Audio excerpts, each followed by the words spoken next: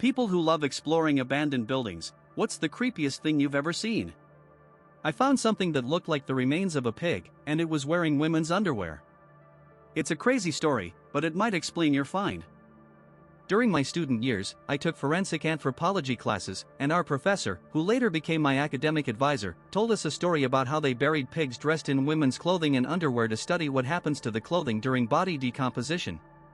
After one such experiment, they left the pigs at the research site. Apparently, they forgot about them, though I'm not entirely sure.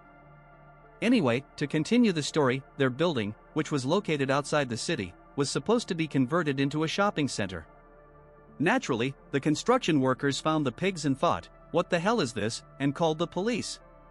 Luckily, our professor was also a forensic expert and worked with the police. He immediately explained everything to them. I think it was a strange day for the contractors. There was a real mess. We were at an abandoned factory that belonged to some wealthy family, and there was one room filled with personal belongings, letters from the 1950s, furniture, old photos, clothes, even alcohol, as if someone had been living there. In the middle of it all was a coffin. I swear, the room was dark, it was summer afternoon, and there was no electricity, and we didn't have flashlights. My friend said, "We have to open this coffin. We can't leave until we do." And he immediately lifted the lid. A sweet smell came from the darkness. When my grandmother died, I was the one who found her body, and I remember that smell very well, so my heart stopped for a couple of seconds. But the coffin was full of candles, and the sweet smell was coming from them. A few years ago, in the city where I work, a man was murdered, and parts of his body were found in various places. I think about a week had passed since they found his arm and foot. I'm an architectural designer, and I was inspecting an abandoned chapel that was planned to be converted into residential housing. It was clear that homeless people had been illegally staying in the building. I couldn't quite tell how long they had been there, but when I entered the basement, it became obvious that either someone was still there or had just left, judging by the smell. There was no lighting since the electricity was cut off, and I didn't linger there. 2 days later, someone reported that the torso and head of the murdered man were found in a building adjacent to the chapel. The smell in the basement scared me so much that I didn't dare explore the adjacent building, but I'm almost certain I would have been the one to find the body. As kids, we used to walk through a 400-meter-long railway tunnel near where I grew up. There were no tracks, but there were 2 operational tunnels nearby, so there was always a fear factor. Railway workers and transport police could catch us at any moment. As you can imagine, it was dark, really dark in the middle, but closer to the end, there was enough light to see something. One day, we took a school friend with us, and when we had walked far enough, almost reaching the end where it got a bit lighter, he stopped to look into a large, open, square manhole, about 1 meter by 1 meter. No, he didn't fall in, but for a moment, a look of confusion flashed across his face. Then he took a deep breath, screamed, and ran toward the daylight, yelling, "Oh, crap, run!" Naturally, we ran after him without asking questions. We barely caught up with him at the tunnel entrance. We stopped, all out of breath. "What the hell? What's wrong? What did you see?" we asked. His face was completely white, and he was trembling so much he could barely speak. There was someone down there. They were looking at me. We're still friends, but back then, he had a reputation for not being the sharpest guy. We immediately realized what had happened but slowly returned to the manhole. When the 4 of us stood around that hole and looked down, sure enough, in the still water, about 2 meters below, our 4 faces were reflected, staring back at us. When I was exploring an abandoned prison, part of the ceiling collapsed. The debris didn't hit me but fell so close that I fell. I think drug addicts had claimed that place for shooting up because I fell onto an old needle. I got all the tests done to make sure I didn't catch anything, but it scared me so much that I still stay away from abandoned buildings. My friends and I were wandering through an abandoned mansion. We were drinking and smoking, thinking everything would go smoothly. The entrances on the first floor were boarded up and bricked, so we had to get in through the second floor, about 2.5 meters high, using an improvised ladder made of old junk and pieces of wood. It was pretty unstable, and climbing it was tough, especially since there were 5 or 6 of us. Because it was our only way out, and knowing how slowly we'd have to climb down, I was tense the whole time.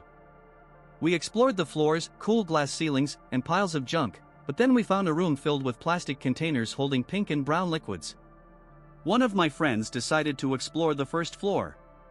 It was pitch black, and you can only go down via a broken staircase missing several steps. We heard someone coughing in the dark and felt several people moving around in the darkness as their eyes adjusted to it. At that moment, I heard someone slowly entering a room on the first floor, carefully stepping over broken glass on the floor to avoid making noise, and I got really creeped out. We bolted out of there, and on the way, we saw a beaten-up man with bloodshot eyes coming out of a shack near the house, staring at us. I still get chills thinking about his gaze. It was probably just some drug addicts living there, but for 15-year-old kids, it was damn terrifying. I'd been to many abandoned buildings and dealt with crumbling floors. Once I almost fell, but luckily the height wasn't too great. Needles, animal carcasses, and so on. Once, in an abandoned prison in New Jersey, I saw a cell with a painted dollhouse inside. It was obvious someone had been living there.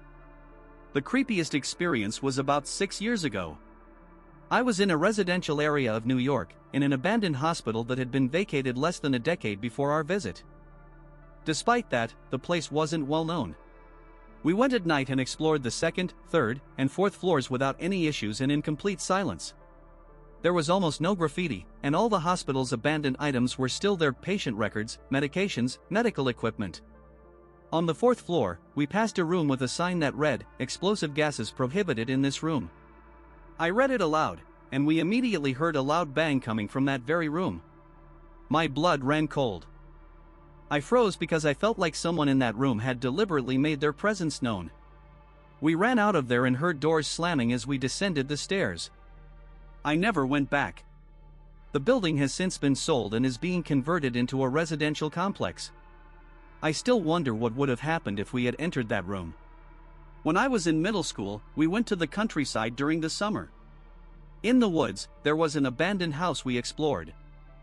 The upper floor was practically untouched. Beds were made, shelves and cabinets were closed with neatly folded clothes inside.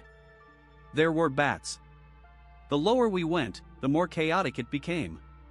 The basement and garage were a complete mess, with books and all sorts of junk scattered everywhere, along with beer cans and used condoms.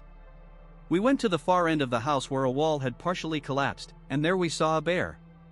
Stupidly, we ran as fast as we could. Luckily, the house between us and the bear's lack of interest are why I'm able to type this now.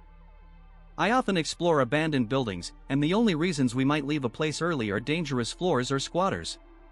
However, about 5 years ago, a few friends and I were exploring an abandoned farmhouse with outbuildings that had clearly been untouched for decades. After checking the place and finding nothing but empty buildings, we looked into a structure that resembled an old stable. Inside, there were literally hundreds of empty cat food cans, several ropes tied to a beam, and a fairly new pair of scissors with a brownish crust covering the blade. The smell was awful. We ventured further into the building and noticed a cat's tail on the floor. We quickly left. Meanwhile, a pickup truck pulled up to the farm. Keep in mind, the farm was surrounded by woods and fields, with no road nearby. 3 men were standing in the truck's bed. Naturally, we got out of there as fast as we could. I haven't heard or seen anything about it since, and the farm was sold earlier this year, so it would be interesting to know who owned it before.